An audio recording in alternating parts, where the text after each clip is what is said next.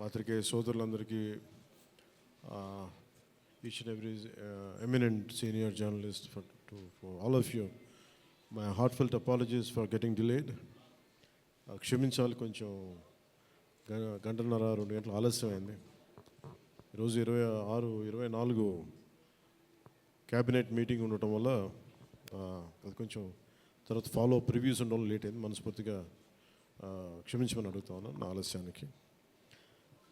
నా జీవితంలో మొట్టమొదటిసారి ఇలా ఏ మీటింగ్ అంటుందండి? Thanks meeting, success meet. Okay,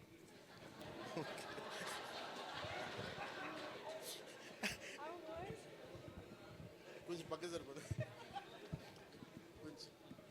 కొంచెం పక్క సార్, అట్లా చాలు చాలు చాలు చాలు ఏం లేదు అంటే. Thank you.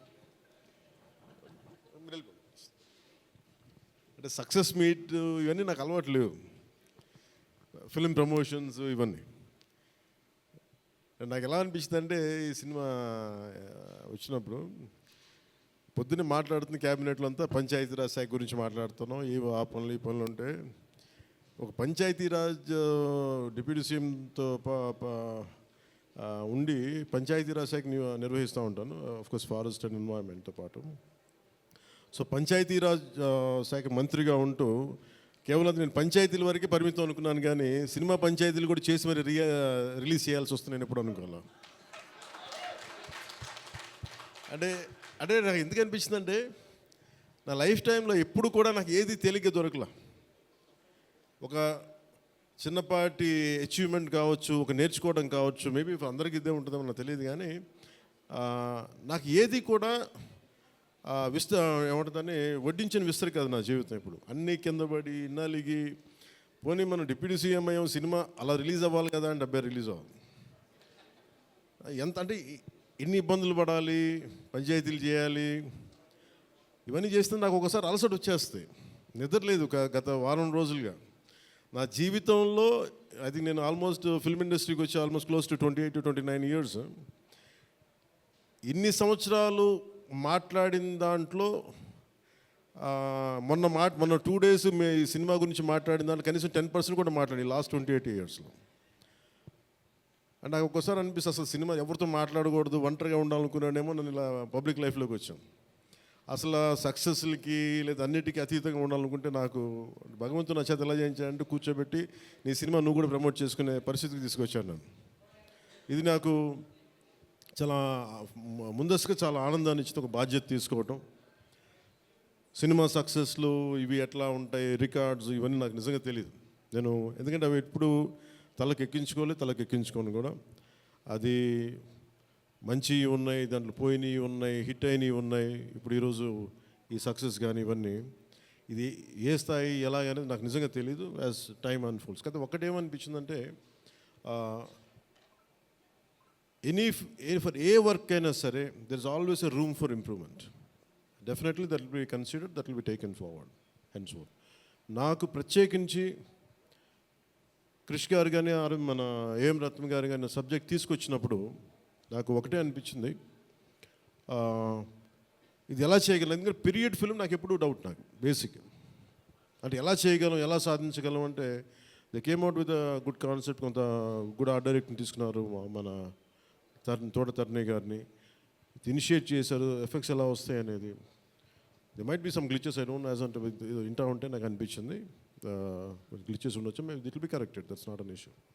కాకపోతే ఏంటంటే మోర్ దెన్ ఎఫెక్ట్స్ వీటన్నిటికంటే కూడా ఒక emotional engagement to a story. మనం ఒక సినిమాకి వెళ్ళినప్పుడు మనకు గుర్తుండిపోయేది ఏవి ఎలా ఉన్నాయని కంటే కూడా what do we carry in our heart. మన గుండెల్లో మనం ఏం తీసుకొస్తాం, ఏ జ్ఞాపకాన్ని పట్టుకొస్తాం, ఏ ఎమోషన్ని తిరిగి ఇంటికి తీసుకొస్తాం అనుకుంటే, నాకు ఒకటే ఈ సినిమా నేను ఒప్పుకున్నప్పుడు నాకు ఏమనిపించిందంటే, ఇది మొఘల్కి సంబంధించింది. మన చిన్నప్పటి నుంచి స్కూల్స్లో చదువుకుంటున్నప్పుడు always we hear about how Akbar is great, how Shahjahan is by creating Taj Mahal, how what an artistic personality, what an artistic emperor, what an aesthetic sensibilities on emperor. When it comes to Aurangzeb, what a pious religious man. He never used to take anything from his own kingdom. Always he used to earn his own bread by stitching topis and also something like making some dharmic granths. ఎప్పుడు మాట్లాడారు కానీ but the darkest side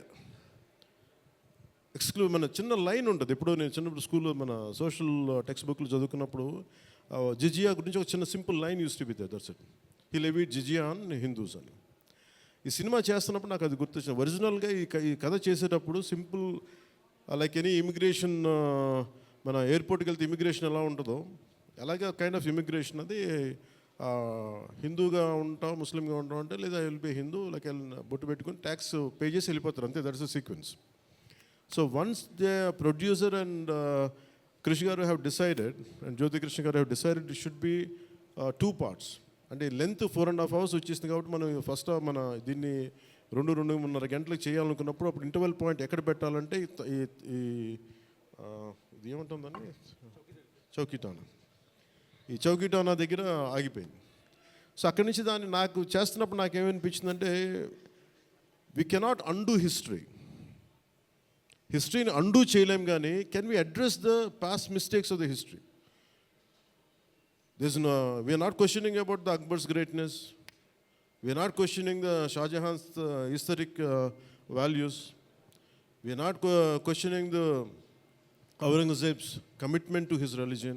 There's nothing wrong in it.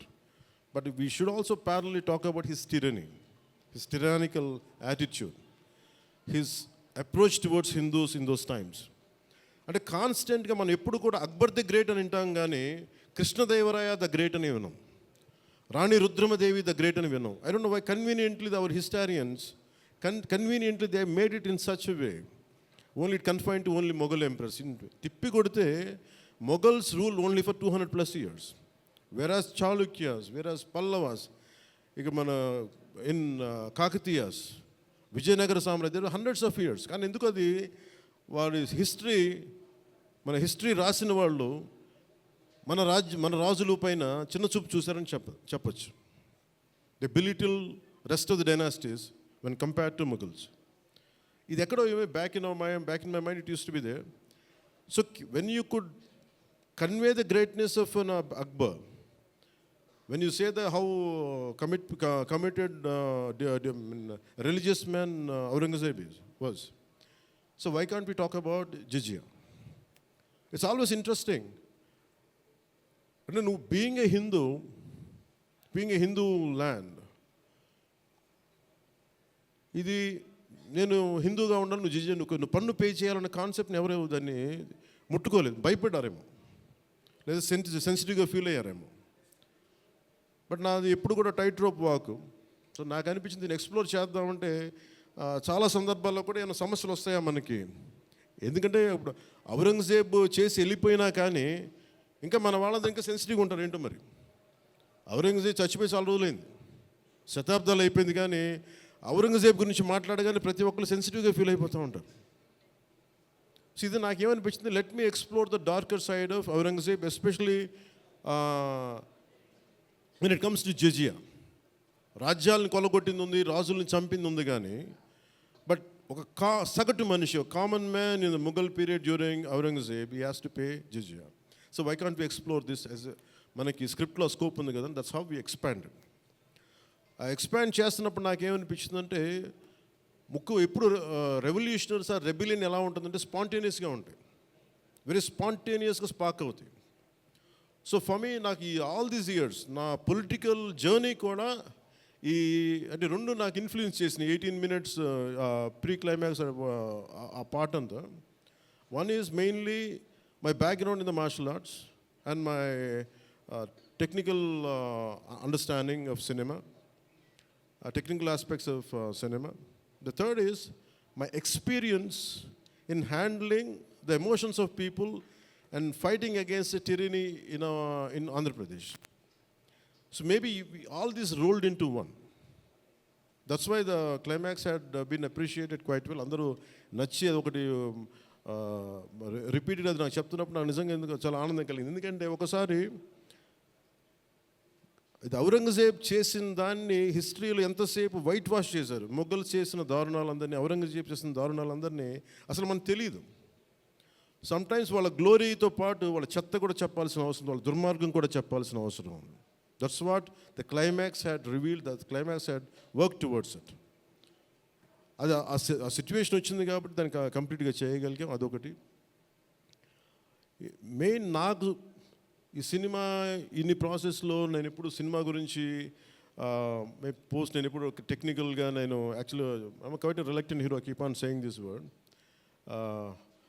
I'm least connected to, I like stories, I like to watch cinema, I'm avid film watcher. బాగా చదువుతాను, novels చదువుతాను, కానీ ఎప్పుడు నేను హీరోగా ఎప్పుడు ఊహించుకోలేదు. బట్ కాలం, డెస్టినీ నన్ను ఇలా తీసుకొచ్చింది, పాలిటిక్స్ తీసుకొచ్చింది. But my constant commitment is only one thing, no matter what you do, మీరు ఏమి చేసినా I want a part of myself should be able to help the cultural integration of our country, the cultural integration of Bharat. I'm deeply committed to that part. అలా అని చెప్పి it is not about Hindus, it is not about Muslims, it's not about that. మీరు చూస్తే climax అంతా it is good versus bad, good versus evil. ఒక tyrannical king మీద తిరగబడిందే ఉంటుంది. అంతేగాని it is not about stroking the tensions, it's not about stroking the fear. ఆ aspect, ఆ యాంగిల్లోకి తీసుకెళ్ళదలుచుకోవాలి. మీరు చూస్తే ఈ సినిమాలో హీరో పక్కన especially one particular character I had conceived during for the climax was when we're redoing re-examining the screenplay. One is I wanted someone from ఆయన పేరేంటి జయసుధ గారి, the tall guy,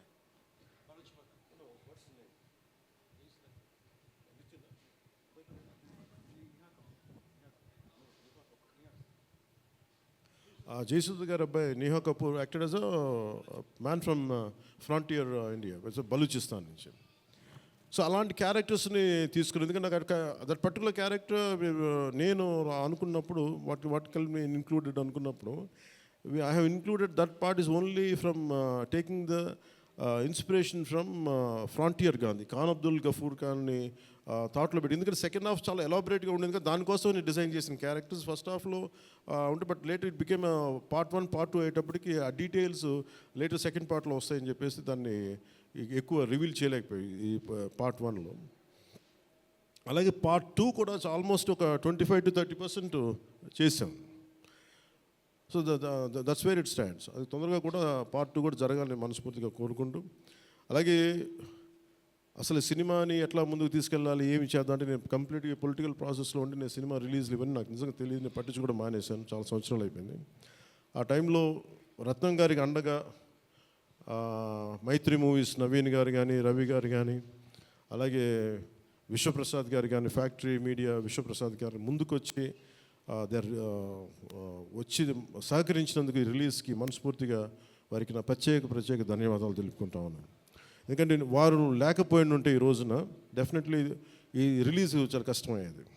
instead of నా బ్యాక్గ్రౌండ్ ఉండి నేను deputy సీఎంగా ఉండి, కానీ cinema అనేది సినిమా, ఎందుకంటే ఫైనాన్షియల్ పార్ట్ ఇవన్నీ. బట్ ఫైనల్గా I thank all the financiers for supporting us, for all the whoever is concern regarding the labs కానీ టెక్నికల్ ఎవరికైతే ఇవాళ వాళ్ళందరికీ కూడా పేరున సహకరించినందుకు మీ అందరికీ నా హృదయపూర్వక ధన్యవాదాలు. My heartful thanks to you all.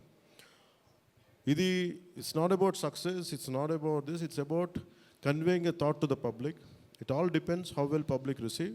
ఏది చెప్తా ఉన్నాను, కొంతమంది బాయ్కాట్ చేస్తాం, నెగిటివ్ రివ్యూస్ అంటే, I said please go ahead, నాకు అసలు ఇబ్బంది లేదు. ఎందుకంటే నేను రోడ్డు మీదకి వచ్చి నేను ఏమనుకుంటానంటే చాలాసార్లు నేను సినిమాలు ఆడనివ్వు, నేను రానివ్వు అంటే, ఎక్కడో నెల్లూరులో ఉండి చిన్న వీధుల్లో పెరిగినోడిని, ఇక్కడ దాకా రావడమే గొప్ప.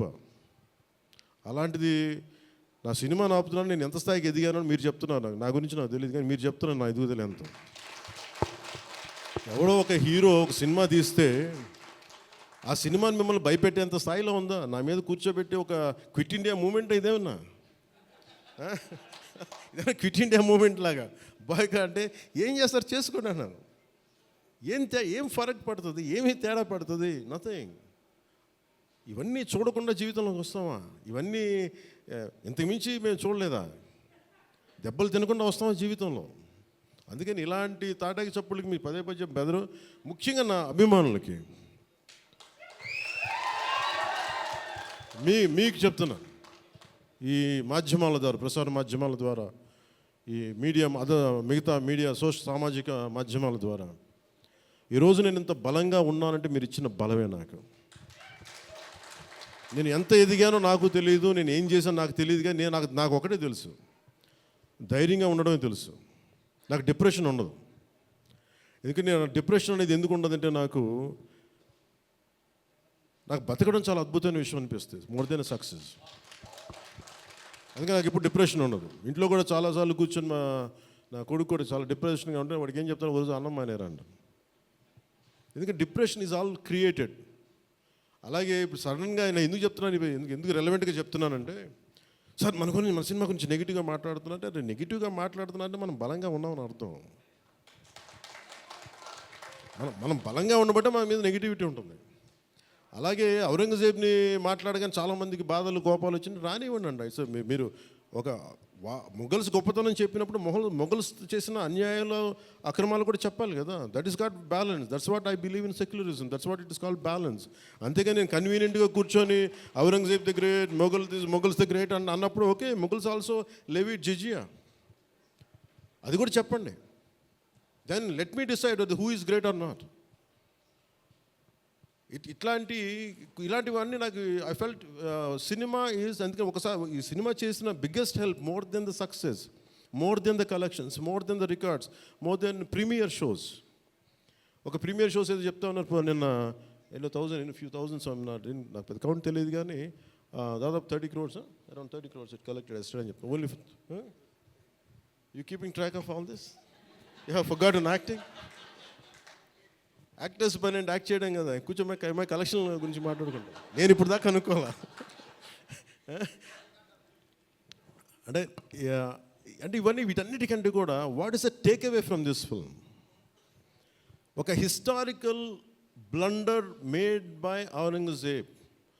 It is a blotch it has become a civilizational wound in the hearts of every Indian. That has been addressed. ఆ డిఎన్ఏలోకి వెళ్ళిపోయింది ఆ బాధ. We are able to undo that pain, we are able to address that pain. చిన్నప్పుడు ఎప్పుడు నేను స్కూల్లో చదువుకొని, అరే హిందూగా ఉండి ఎందుకు జిజియా కట్టాలి, అసలు దీని గురించి ఎవడు మాట్లాడేంటి, అది అడ్రస్ చేసినందుకు నాకు చాలా ఆనందం. ఇది నాలాగా చాలామందికి చాలా క్వైట్ పెయిన్ఫుల్గా ఉండాలి, అందరికీ నేను అడ్రస్ చేయగలిగాను. That is the biggest achievement.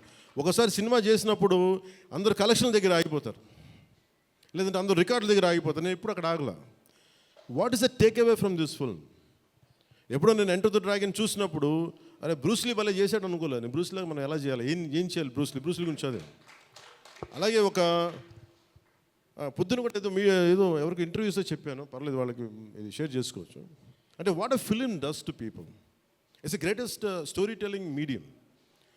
అంటే ఎంతసేపు వెస్ట్ వైపు చూసే మనకి, always we look towards west, they think they are quite advance, they think they are far ahead of west. అంటే మన చిన్నప్పటి నుంచి మెంటల్గా నూరి పోసి మనకి ఆ వెస్టర్న్ మ్యూజిక్ ఇవన్నీ ఉండే రోజుల్లో, when I was in around maybe 7th 8th ఆ ఏజ్లో, fascination is only towards west, towards English music. ఇలాంటి సమయంలో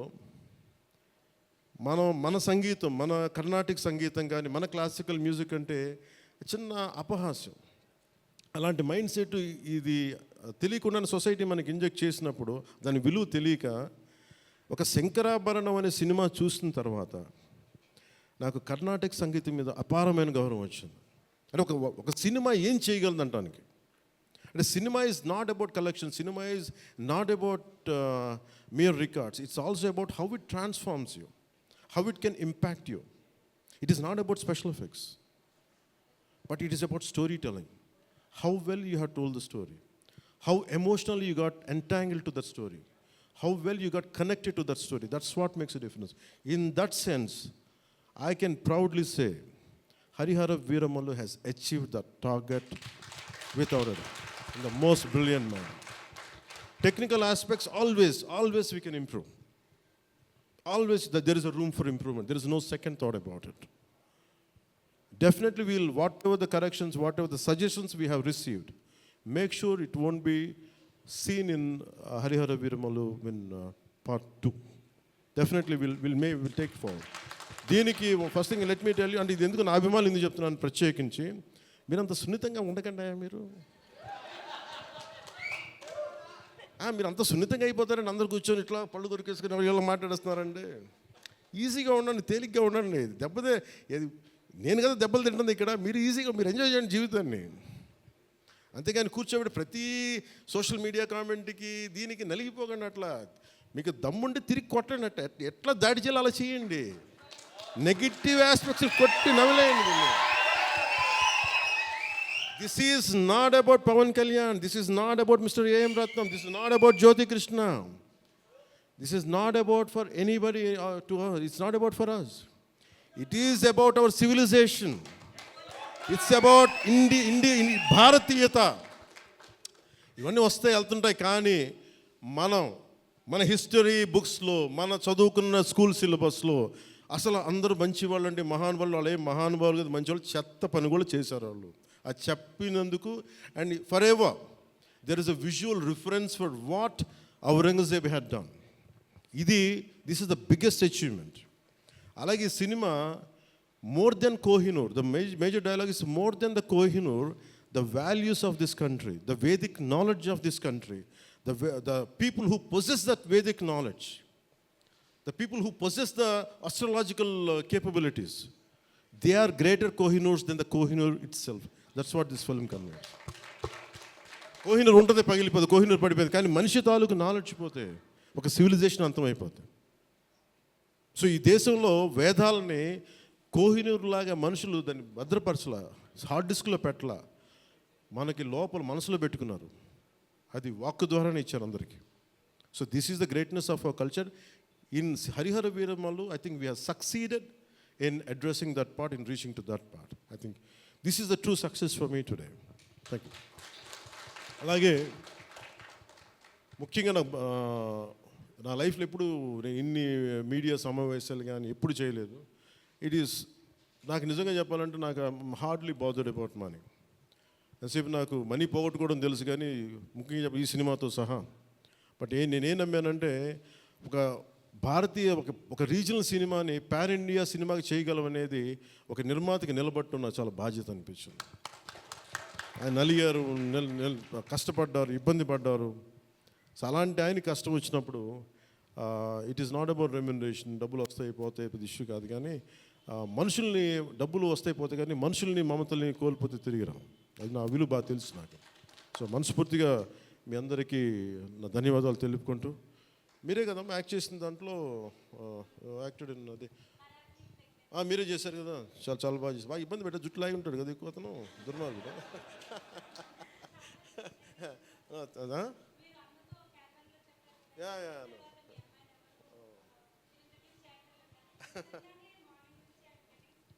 Please come here. We'll take a photograph. Please come on. Please come on to the stage.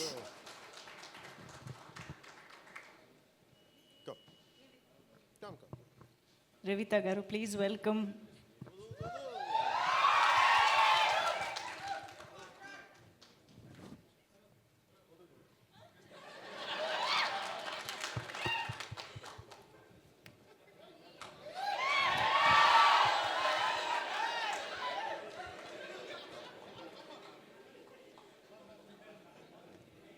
ఈ confusion అటు వెళ్ళిపోయింది.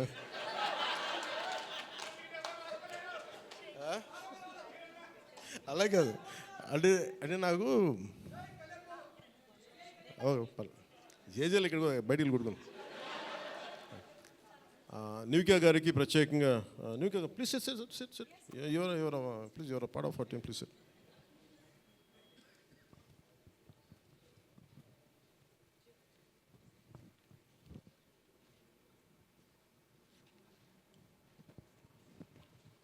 నిధి గారు, షీఈ్ నివిక, she acted in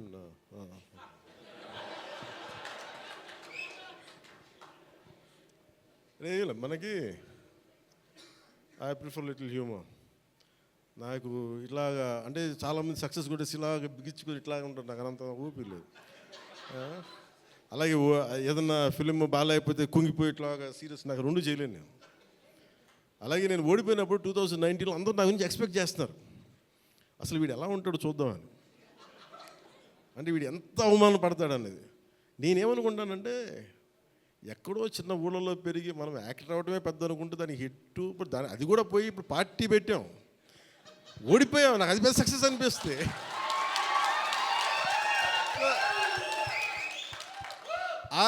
I truly enjoy my journey. It's not about success. Asset ఒక అడుగు ముందుకేస్తున్నావా లేదా అనేది. అలా అడుగు ముందుకేసుకుంటూ వెళ్తేనే కదా ఈ రోజున కూర్చొని డిప్యూటీ సీఎంగా మీ ముందుకు వచ్చాను. అందుకనే ఏంటంటే ఇది నాకు చాలా అందరూ చాలా సీరియస్గా తీసుకుంటారు సక్సెస్ని. నాకు అట్లా అనిపించదు.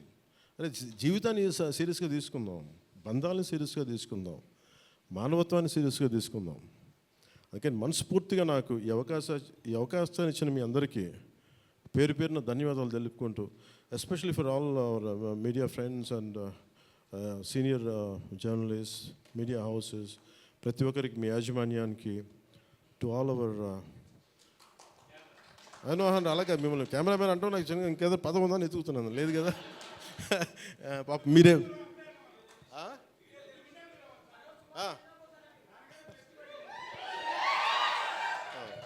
For hour cameramens. అంటే ఏమవుతుందంటే ఇట్ ఈస్ ఇప్పుడు నేను అంతా పొద్దున ఎవరితో మాట్లాడుతూ ఉంటే వాటి సోషల్ మీడియా మాట్లాడుతుంటే నేను సోషల్ మీడియాలో ఎందుకు ఎక్కువ ఉండరు అది మాట్లాడుతుంటే ఆమె reluctant guy to coming to social media. నాకు అస్సలు ఇష్టం ఉండేది. 2016లో ఇప్పుడు 17 వచ్చాను. అది ఏంటంటే social media something which either extreme love or extreme hated ఈ ఆసిలేట్ అవుతూ ఉంటుంది. There is no balance. మనం ప్రత్యేకించి నేను కోరుకునేది ఏంటంటే when it is a social media there is enough hatred, enough ఎక్కడ చూడండి భాష మీద కొట్టుకుంటారు, లాంగ్వేజ్ మీద కొట్టుకుంటారు, ప్రాంతీయత మీద కొట్టుకుంటారు. అరే we're all humans. By the end of the day hardly we live for 100 years. నిండు 100 ఏళ్ళని 100 ఏళ్ళు తిప్పి కొడితే అలాంటిది మనం కొట్టుకుంటా తిట్టుకుంటా భాషల మీద తిట్టుకుంటా. నా ఉద్దేశం ఏంటంటే let us be happy, let's be joyful. గొడవలు ఉంటాయి కానీ మరీ మనం చంపేసుకున్నంత తిట్టేసుకున్నంత గొడవలు కాకుండా let us not pollute the psychic atmosphere around us. That's all I can tell you. Thank you. Jai Bharat and Jai Hind. Thank you sir, thank you very very much. మీ మాటలు నిజంగా చాలా సూదింగ్గా ఒక థెరపీలా అనిపించాయి ఇవాళ. Thank you so much. Yes, Harihara Veeramallu running successfully in theatres. Historic black buster చిత్రంగా మనందరినీ అలరిస్తున్నటువంటి ఈ చిత్రాన్ని చిన్నపిల్లలతో సహా థియేటర్స్కి వెళ్ళి సినిమాని చూసి ఎక్స్పీరియన్స్ అవుతారని ఆశిస్తూ thank you very much everybody for joining this success meet of Harihara Veeramallu. Thank you one and all.